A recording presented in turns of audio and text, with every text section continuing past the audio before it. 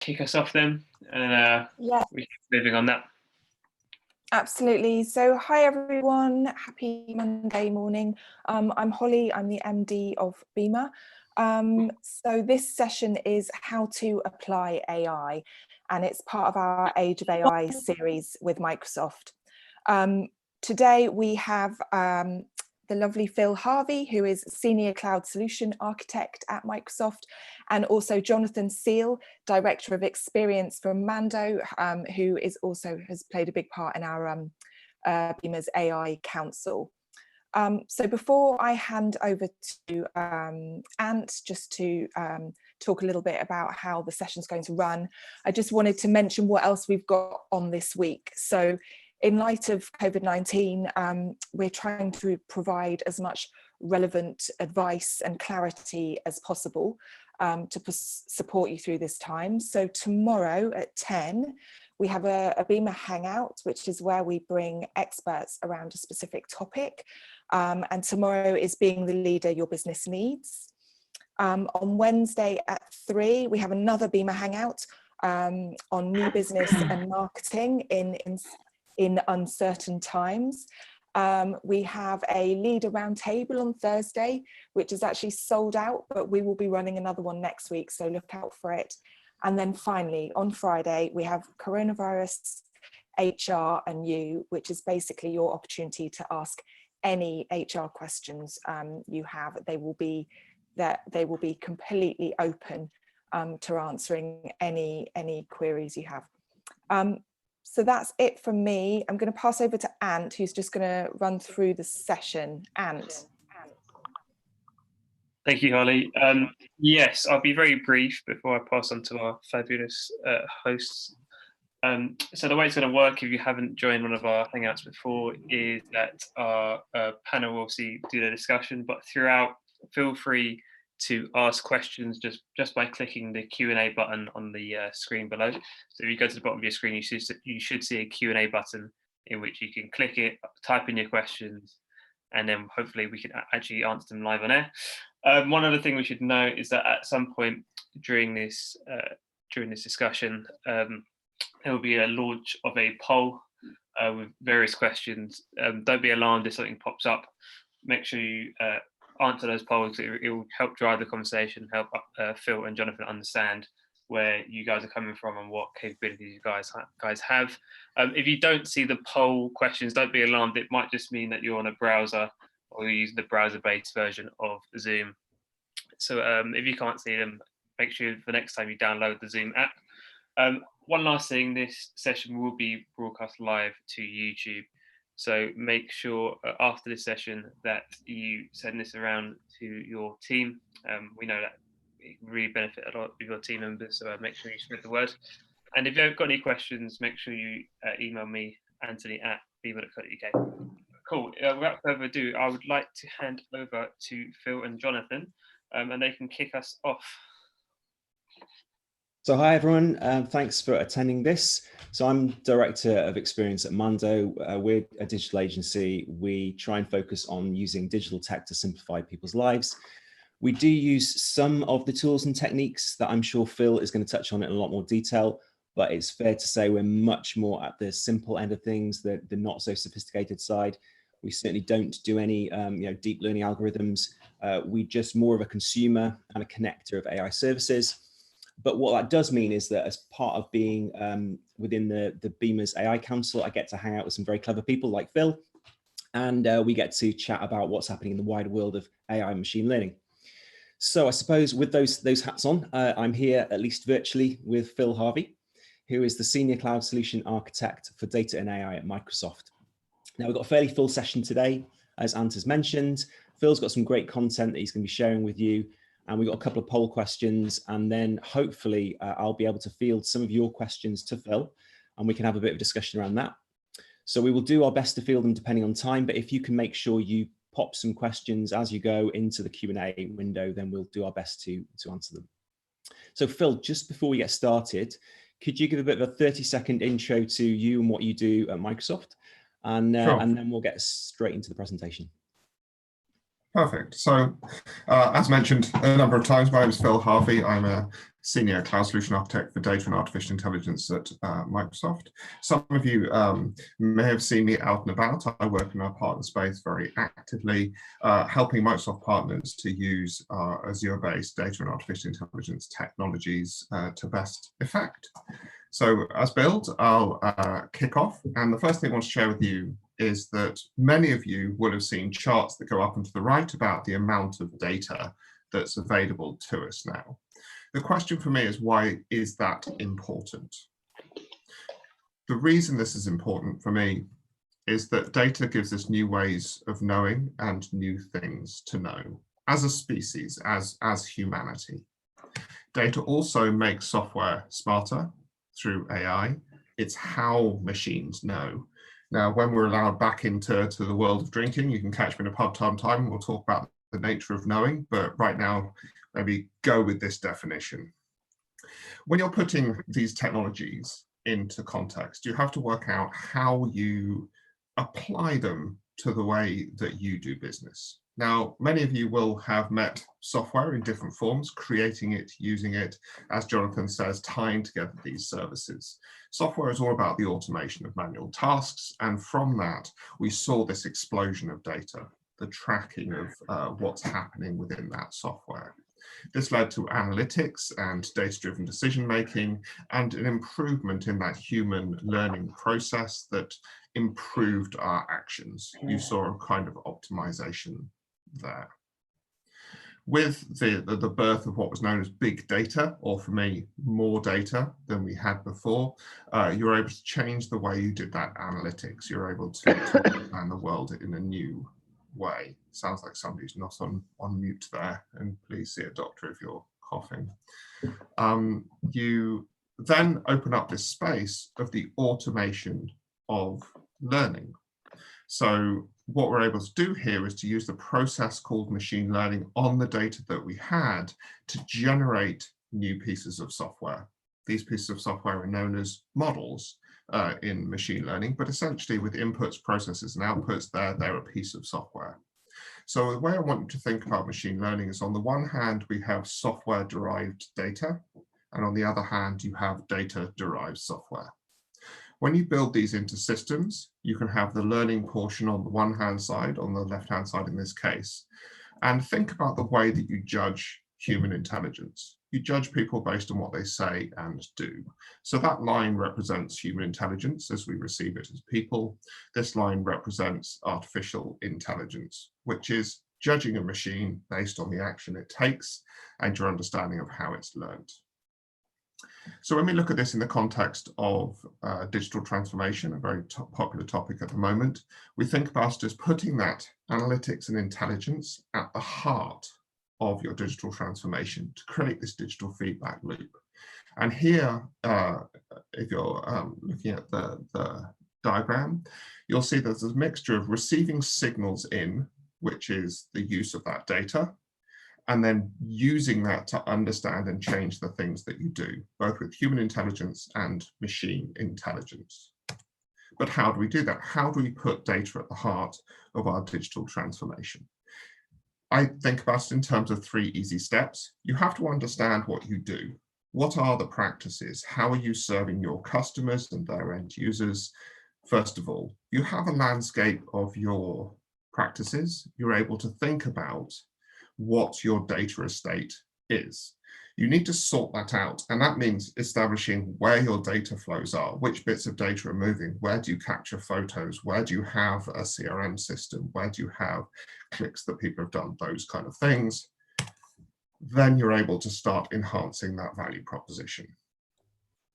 Okay, I'm just going to jump in here a second then. So for everyone who's listening in, I hope you're following so far. I know that Phil is going at quite a pace because we've got quite a lot to get through.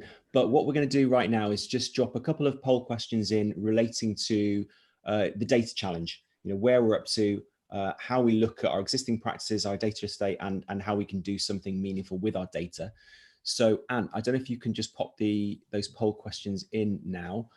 And if people could just roll through these, I think there's maybe four or 5 questions. If you can go through and just answer those with the one that's most closely associated with where you'd say you're at as an organization, that will be brilliant. And just submit those. And then in a minute or so, we will move on. Thank you. What I'll do is, while you're answering those, I'll roll through the next bit, and hopefully they'll give some context to those. Thank you, Jonathan, for putting those up. So here's an example of a piece of data. This is an aerial photograph of a river delta. This is before illegal small-scale mining has taken hold, and this is an aerial photograph after illegal small-scale mining has taken hold. This mining has an impact on the ecology, the society, and the environment in that area. Using an understanding of that data source, satellite imageries, a software development engineer, Olivia Close at Microsoft Research, used some machine learning technology to detect the emergence of these illegal small-scale mines. This means that they can be shut down more quickly, because boots on the ground is both dangerous and difficult in that scenario. So here, understanding the practice of illegal small-scale mining, the data that was now available, and the algorithms to try and affect this particular scenario, to use that new understanding that could be generated.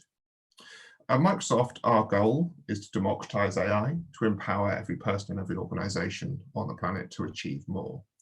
Now, in my work and using our Azure cloud, we think about it in these 5 levels. Sophisticated pre-trained models, and we'll go into those in a bit more detail in a second, because they're the models that you can use right now to enhance your existing practices. And as Jonathan mentioned, there are multiple different ways of using popular open source frameworks or services such as Azure Machine Learning against different forms of compute, CPU compute through to GPUs in your graphics processors for matrix maths, all the way through to field programmable gate arrays. And these things are available on premises, in the cloud, or at the edge.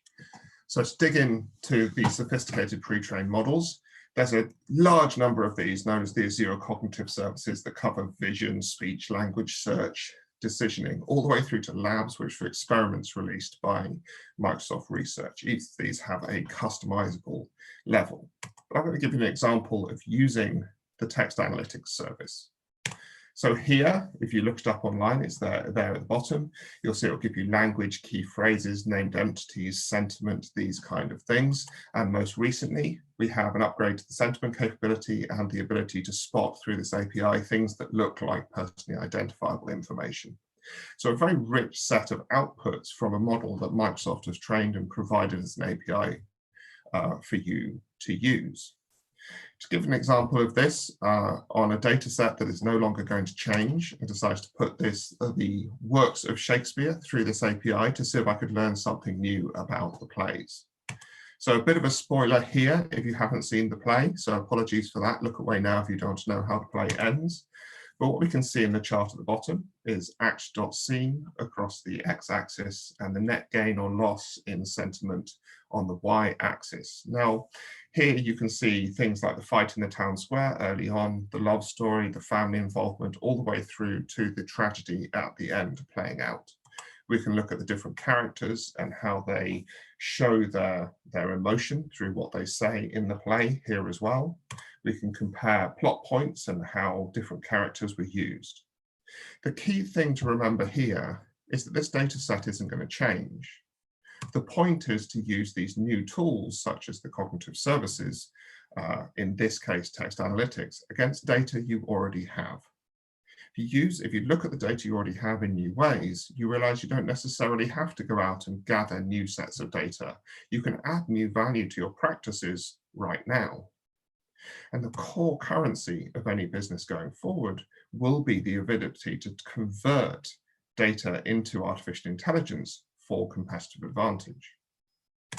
So coming back to the poll questions here, this is why the questions matter.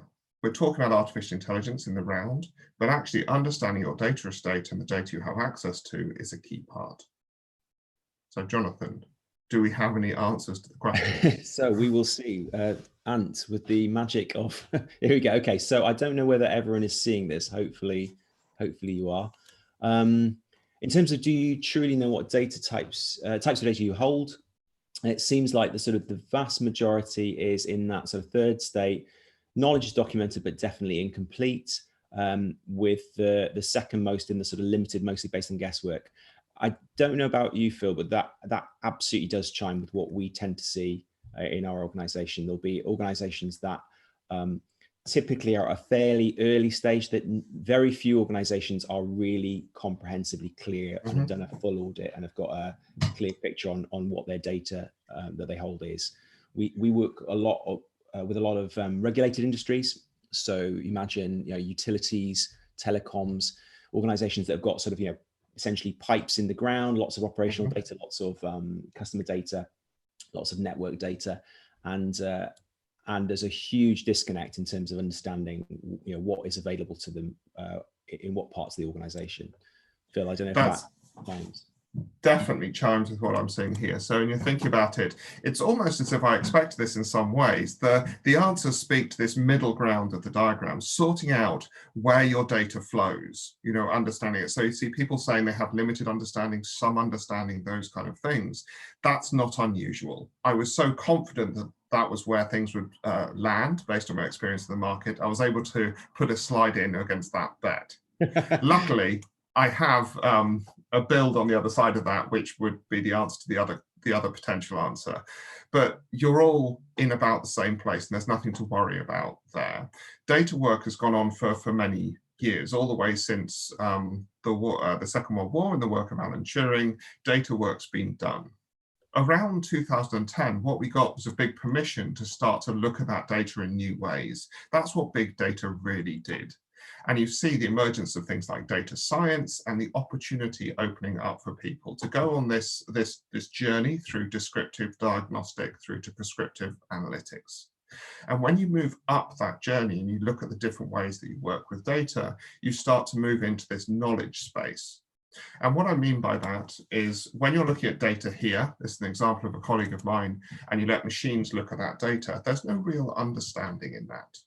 You have to start to look at what those pieces of data mean to start to generate value from it. Right. This is where we start to put the difference between that data and those data pieces moving around and the knowledge of humans who understand what's in that data to start to work with it in these new ways. So where you might use your existing data flows at the top of this chart, you can start to use other data services to handle and manipulate that data. So for example, this is the full suite of data and artificial intelligence technologies available on Azure. On the left-hand side, you have moving the data around. On the right-hand side, you have the operationalization and the use of those data, the cognitive services there being in the top right. So if we dig into, for example, the Azure machine learning space, you start to see it laid out on this diagram. There's always some understanding of data in there. So you'll notice I don't have an axis for that, but you have no machine learning to machine learning, no code to code. So if we look at the code space, if you have developers who are building websites and mobile apps and these things, they'll know how to use APIs and DevOps processes. And this is where you can lock in those cognitive services and advanced models that have been provided via API. If you have data scientists and you're lucky enough to work in that space, then you can work with machine learning experts in code through notebooks on those things right within Azure Machine Learning. If you have an understanding of the data in some form and an understanding of the business, you can start to look at automated machine learning and those pieces. And on the top left-hand side, you'll see that there is the space for people who can't code but have more of an understanding of machine learning. So if you think about that, somebody who understands the business and the data can start to learn about which pieces of machine learning are useful, and then you can bring those algorithms in without having to code. So these services are available when you're trying to move from that understanding of data through to the use of machine learning against those data sets. And Phil, So, without diving off into too deeper rabbit warren, those different solutions in that matrix there, how does that impact in terms of the way in which you'd need to prepare your data? Is it essentially the same? You'd need to get your data into a particular format, regardless of which route you're going to take, or are there some which are more suited to certain forms of data? So it's a great question. Think about it like this. If you're going to produce a chart, the chart doesn't come out of your data straight away. You have to do some work to make the data suitable for making that chart. You know, if you're doing your sales data or your accounts or something like that and you want to chart it, you need to prepare the data in some way. For machine learning, it's the same. So in all of these cases, you're going to need to prepare the data for these algorithms to operate on them. So understanding that is the same as understanding how to visualize. There is some work to do there. The more work that you put into the data, the less code you can use. So if you prepare the data really well, you can use automated machine learning and not have to do much code. The less code you put into, the less work you put into preparing that data, the more code you'll have to do on the data science end. So think about it as that balance in the same way as producing a chart there. So there's a question here about Azure Auto ML. I think I'll answer that in stream now as opposed to waiting to the end. Automated machine learning, you give it the type of machine learning you would like to do, whether it's a clustering, a classification, those kind of things, and it will find the right model for you. In terms of the workflow around it, it's a tool in that chain. There are other tools which are sometimes towards the more code end that allow you to look at the pipeline, the workflow around it. Automated ML is about taking a prepared data set and finding the best model to get the best results on that data set for you. You can always come back at the end if that didn't answer your question clearly. The next question is, should you use everything you possibly could? And there's been plenty of material through BIMA on ethics, but I wanted to dive into this idea of fairness when you're looking at those data sets. So fairness relates to bias in data, and bias can be everything from racial bias through to societal bias through to automation bias. I'm going to focus in on that societal bias. There was a recent case of police using artificial intelligence to inform custodial decisions. This was found to be discriminating against the poor based on the use of postcodes. And I just wanted to show you how that bias accidentally gets into the process. So for example, here's a data set with that understanding layer represented by the column headers. In here, you have implicit ethnicity and name. You have real world bias potentially built in, and location as well. Now, location in the UK based on postcode is highly tied to your socio-demographic data. So when you want to deal with that in some way, you have to do what's called feature engineering, which is, for example, in this case, saying how close somebody is to a hospital.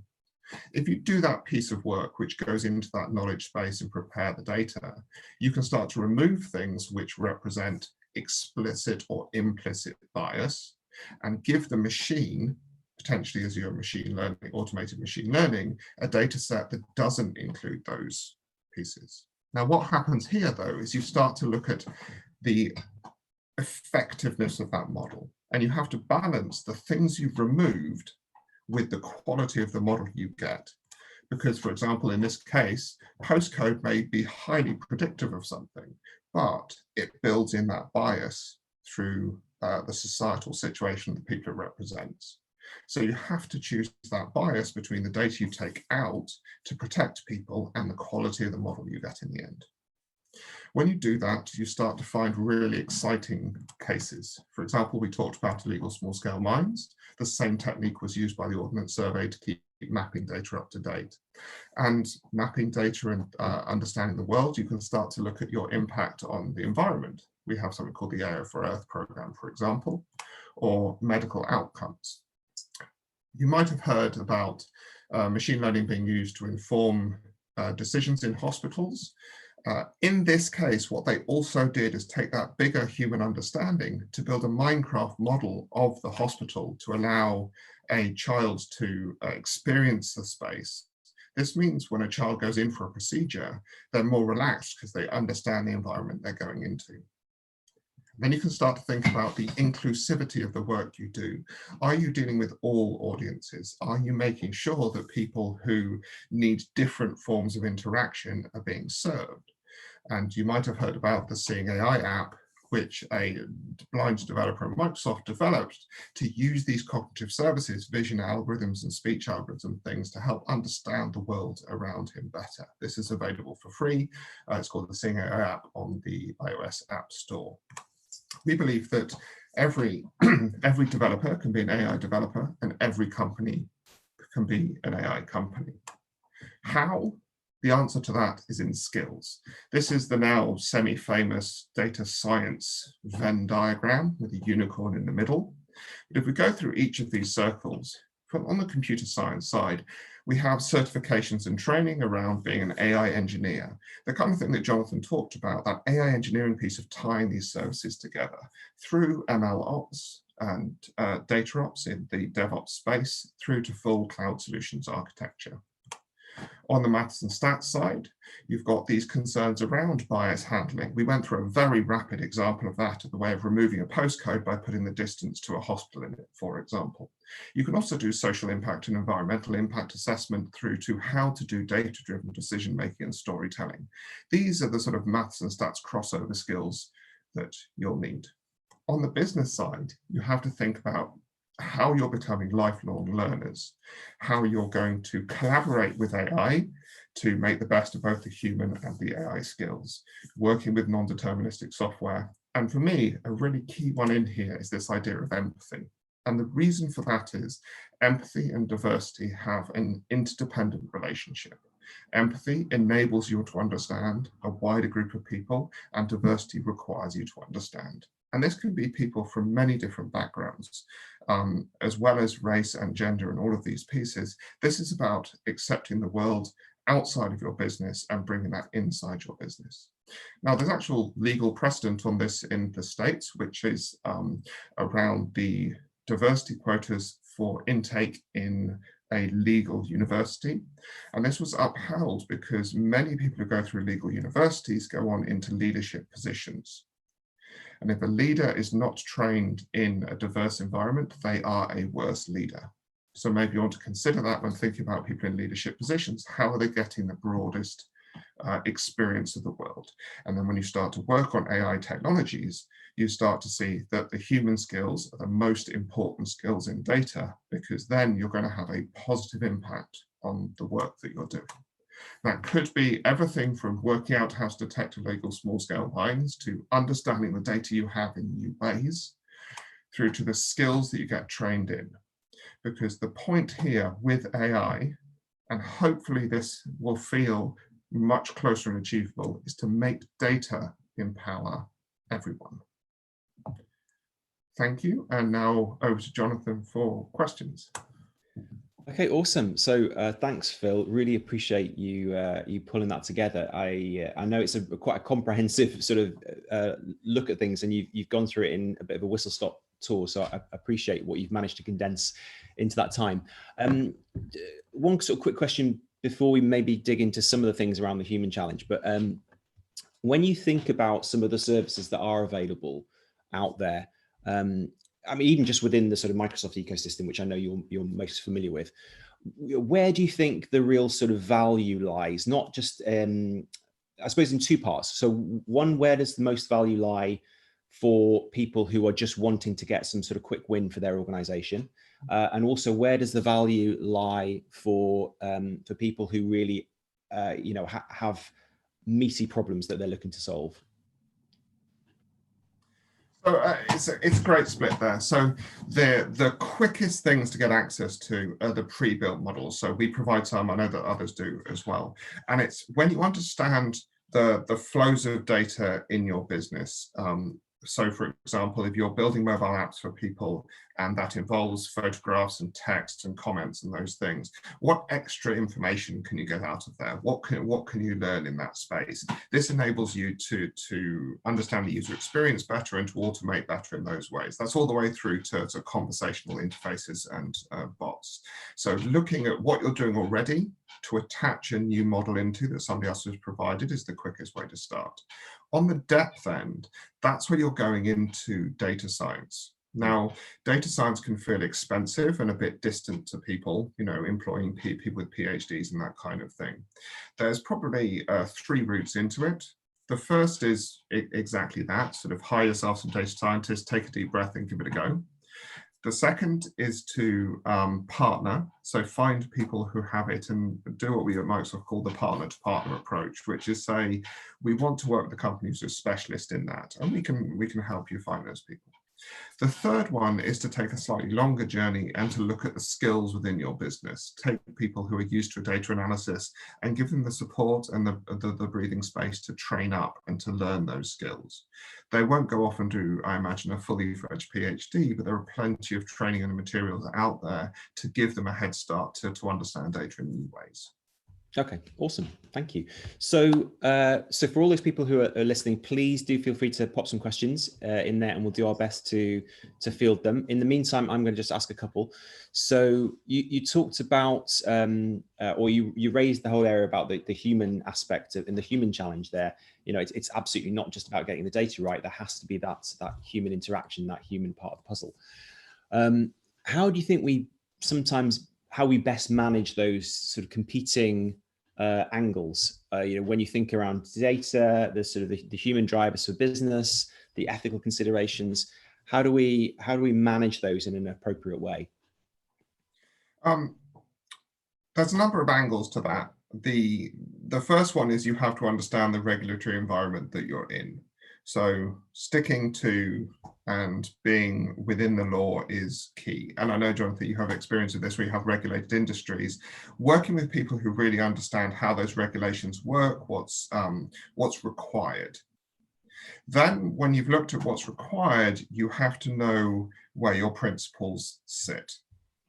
And in this, there's, you know, some of those conversations can get a little bit preachy, where people say what's right and what else. But actually, everybody has a set of principles, and making sure you're talking to your business about what you want to do. So let's give an example. So there's discussions about working in oil and gas, working in the clothing industry, in these different pieces. There'll be principles in the way that you're set up there. Those two conversations, regulations and where your principles sit, come in parallel with your technical capability, because you'll need to ask a question such as, is the technical work we're doing with data in conflict with our principles? Are we accidentally discriminating against people? Are we over-optimizing a supply chain, for example? And so that's where you have to put that balance in. But it's really hard to balance technical work if you haven't first worked out what your principles are. Makes sense. So on the legal side, it was interesting to note, I don't know whether people noticed it when the poll results came up, but I think probably that, if I'm remembering it right, I think that was the one where we had the lowest sort of average scoring. The weighting seemed to be much more geared towards the bottom end of the question set than the top end. Mm-hmm. So I think people were probably less familiar with what the legal obligations are than perhaps any other part of it. They might be more familiar with where they're up to with their data, but less so in terms of what the legal implications are. Okay. So we've got a few questions around the ethical side of things, if you're up for the ethical debate then, Phil. So there's a question around who should be responsible to govern and police AI. So there's a very detailed question in there, which is related to this as well from the audience, which is fantastic. And what Microsoft believes here is that we should be regulating the sensitive technologies.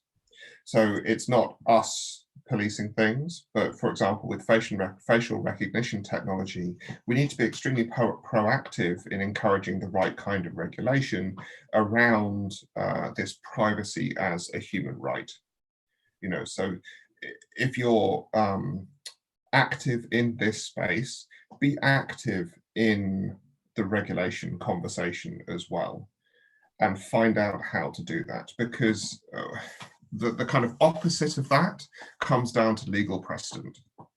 So you kind of get the court cases playing out to define where the law sits over regulation, which keeps people in an acceptable space in the first instance. In the middle of that, in the same way that you have standards, open source standards, and those kind of things, you know, everything from a CSV file through to ISO 8601 exist as standards around data. those kind of standards can be developed. So there could be, for example, a BIMA standard which helps people understand what BIMA considers to be an ethical use of these technologies. So that's between legal and regulation, is an agreed standard that people stick to, and then you can start to badge yourself and things like that. Yeah, and I think although obviously we have some challenges around the EU, we know that the European Commission published, was it middle of last year, tail end of last year, published their 7 guidelines for developing ethical AI, and a lot of them were kind of principles around things like transparency, around privacy, data governance, around technical robustness, that kind of thing. So I think if you look at the work of Tech UK, for example, it's meeting that principled approach from the one side, top down as it were, with the bottom up active approach, very much so. Awesome. So keep on asking the questions. We'll try and get to them. In fact, I think there is there another one in there now? So there's a quick one for me to answer, which what Microsoft services would you expect for creating data-driven voice skills? So those cognitive services are very rich. There was an area of those called speech, and there is transcription, translation, all of these kind of services available in there. So go and have a look at the cognitive services. It's a great place to start when using Microsoft technology against voice skills. Yeah, so I would certainly back that up. I mean, probably as I mentioned before, we're very much at the more superficial, much more using the pre-built models that you can just plug into kind of off the shelf or equivalent to that. And so we do a lot of stuff in the area of voice, sort of, Alexa skills and so on. And we absolutely use those pre-built models, the Lewis model and the voice services. Fantastic. Okay. There's a great question here from Hazel.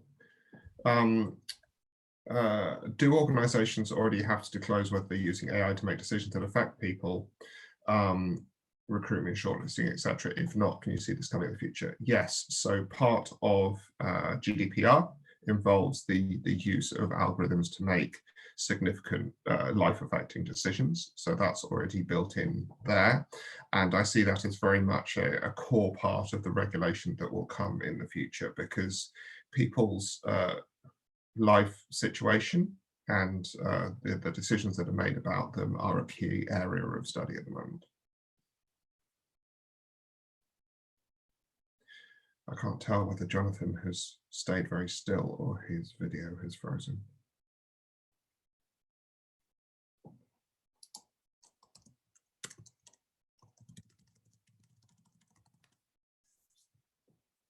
He might have been disconnected. Let me see if I can sort that out. Because he's sitting very still for me right now. But if Ant can hear me, that's great. Ah, he's coming back in now. Perfect. Apologies. We're back in. Okay. Perfect. Is everyone back in? We haven't lost anyone, have we? No, we're good. Okay.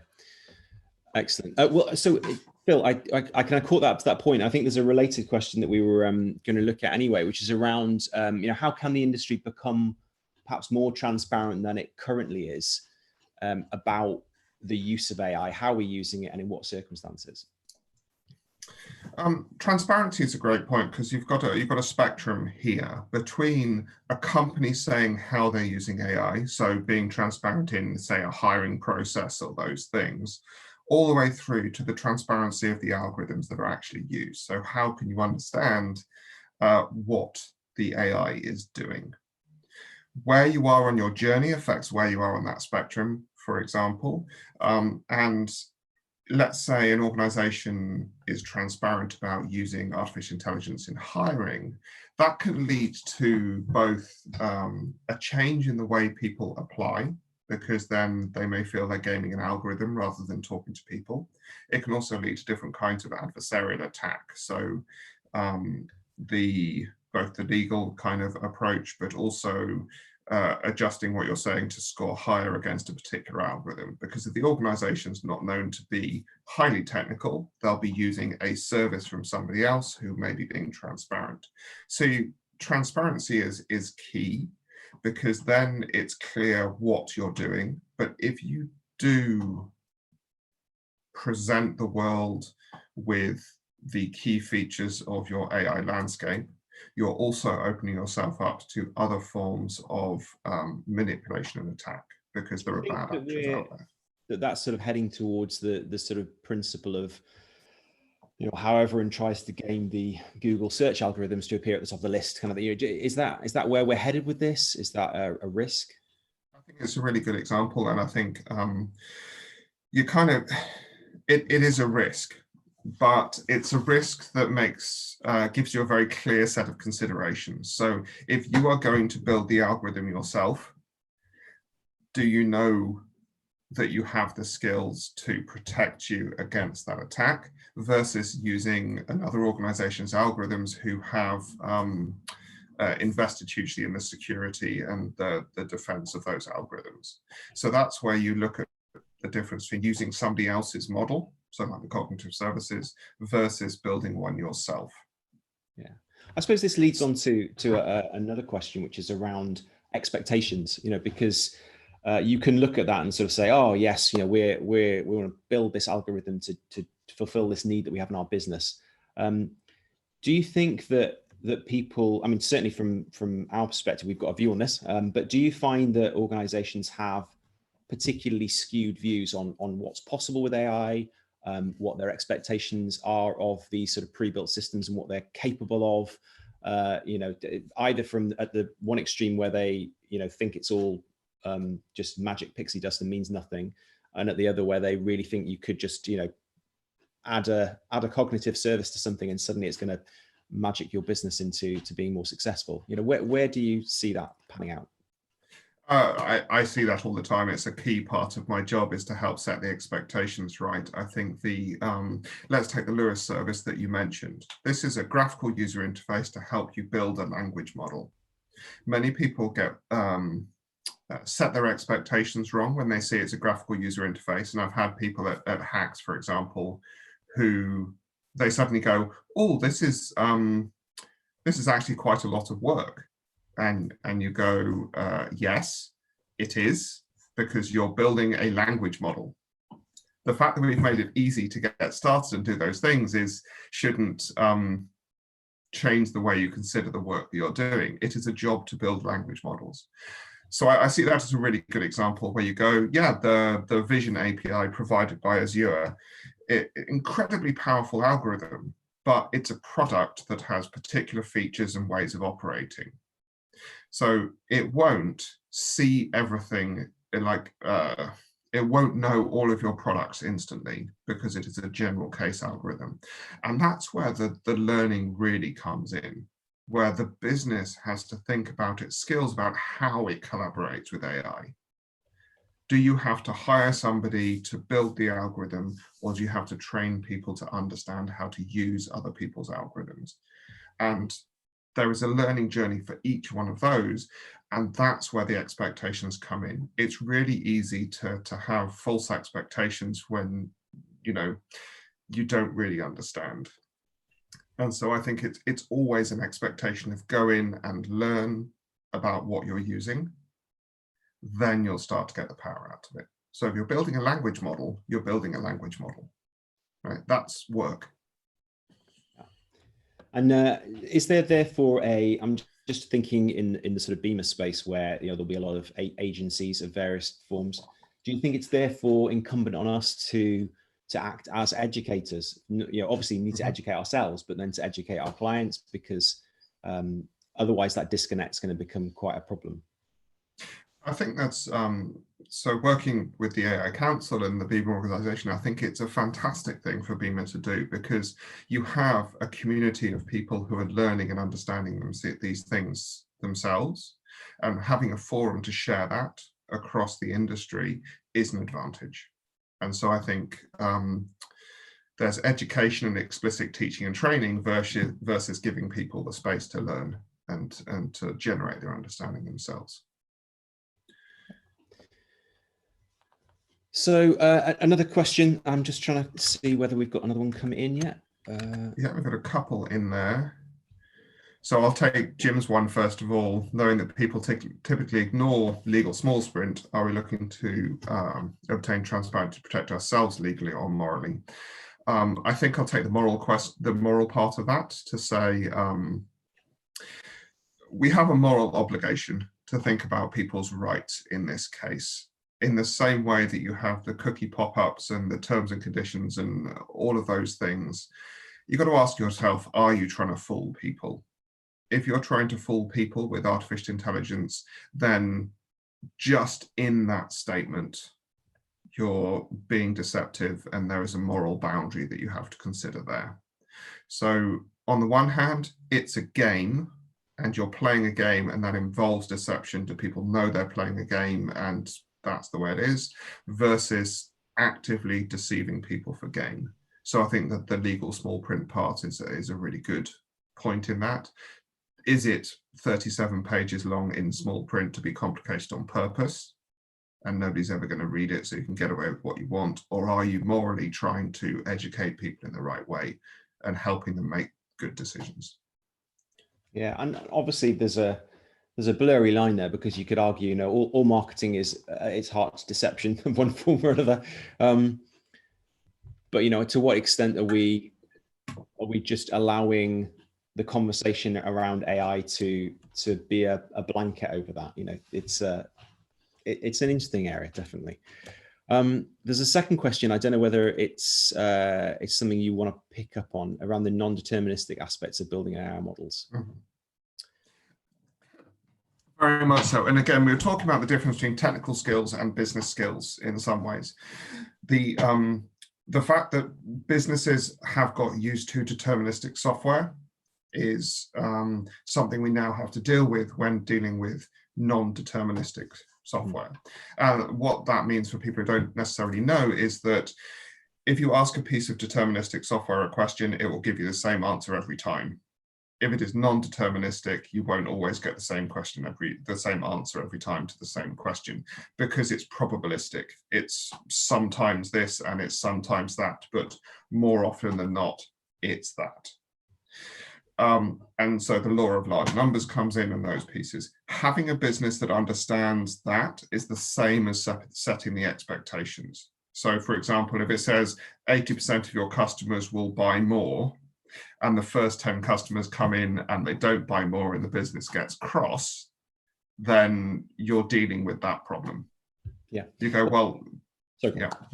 All I was going to say was from the kind of agency side of things, when we're actually putting these solutions together, it's fascinating, because it really made us question how we go about the process of test.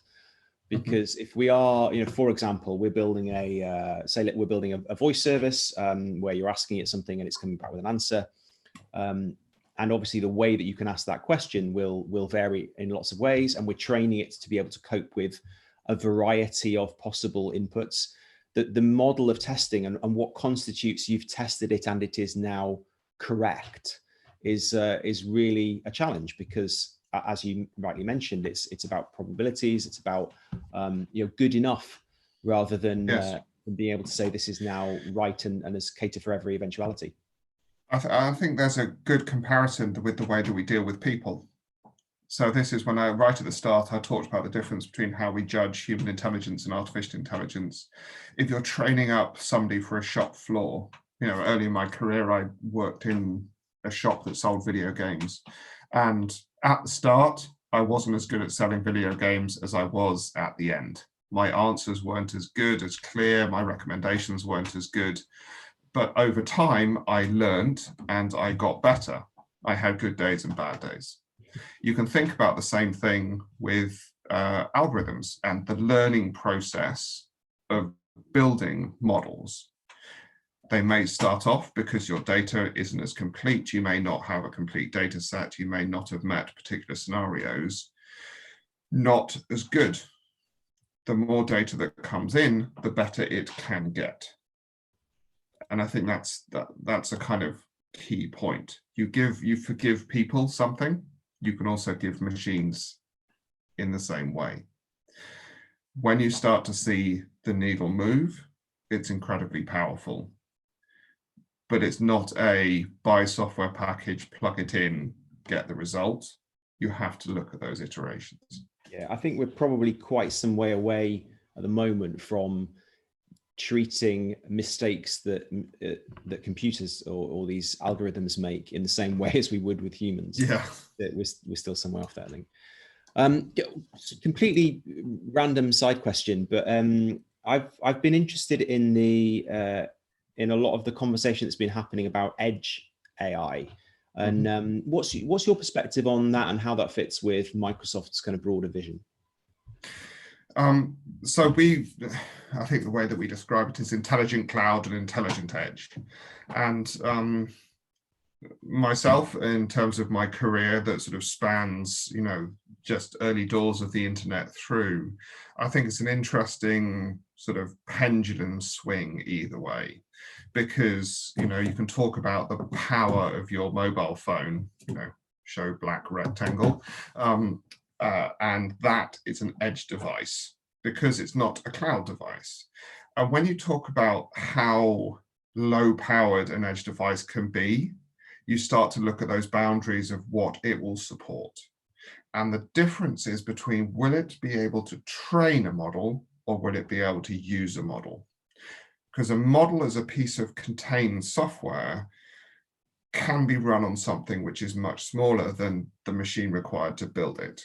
And the development in what still I think we called IoT devices or edge devices to make them able to run models is incredible. When you see essentially a webcam that can run a facial recognition model for you, that's kind of incredible, because the camera doesn't just give you the video stream, it gives you the stream of people who it can see. The same with voice devices and those kind of things.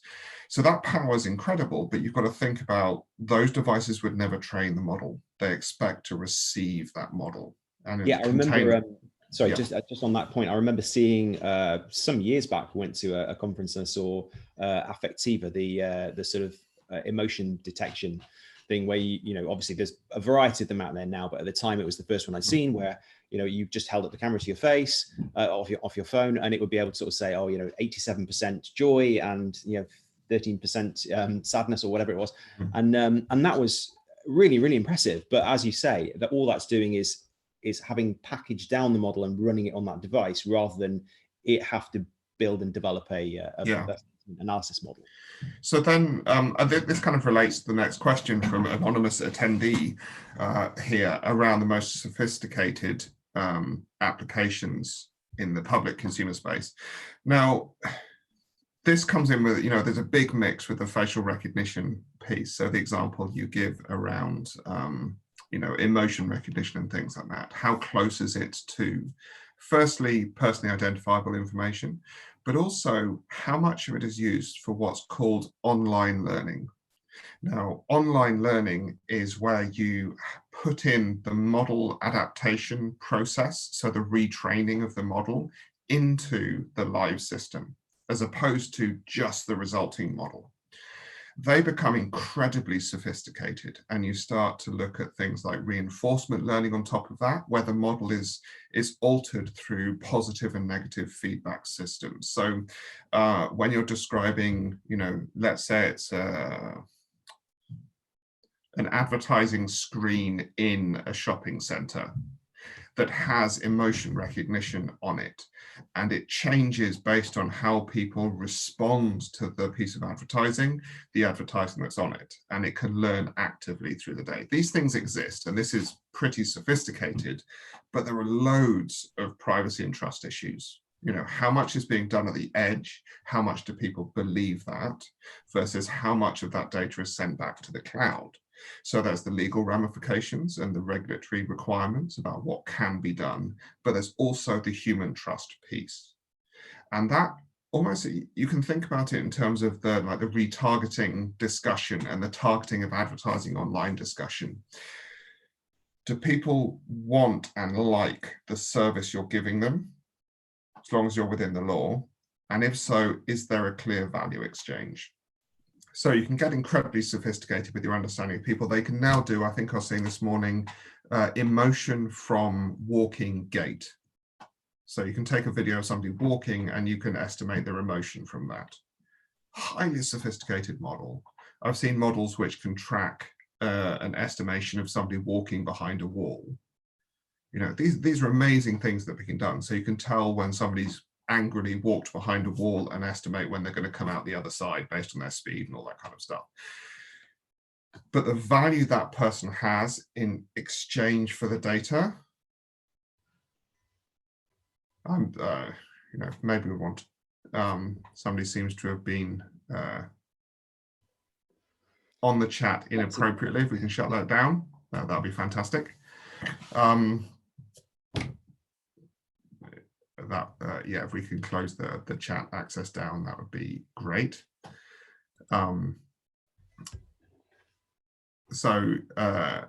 Yes, coming back to the question, you have to make sure you build and maintain that trust relationship with the audience.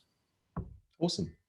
So I think we are out of time anyway, because I think a few minutes to go. We now need to hand back. Phil, thank you so much for both the presentation and also fielding those questions. Holly, back to you. Hi, yes, thank you both. That was fantastic and lots of food for thought.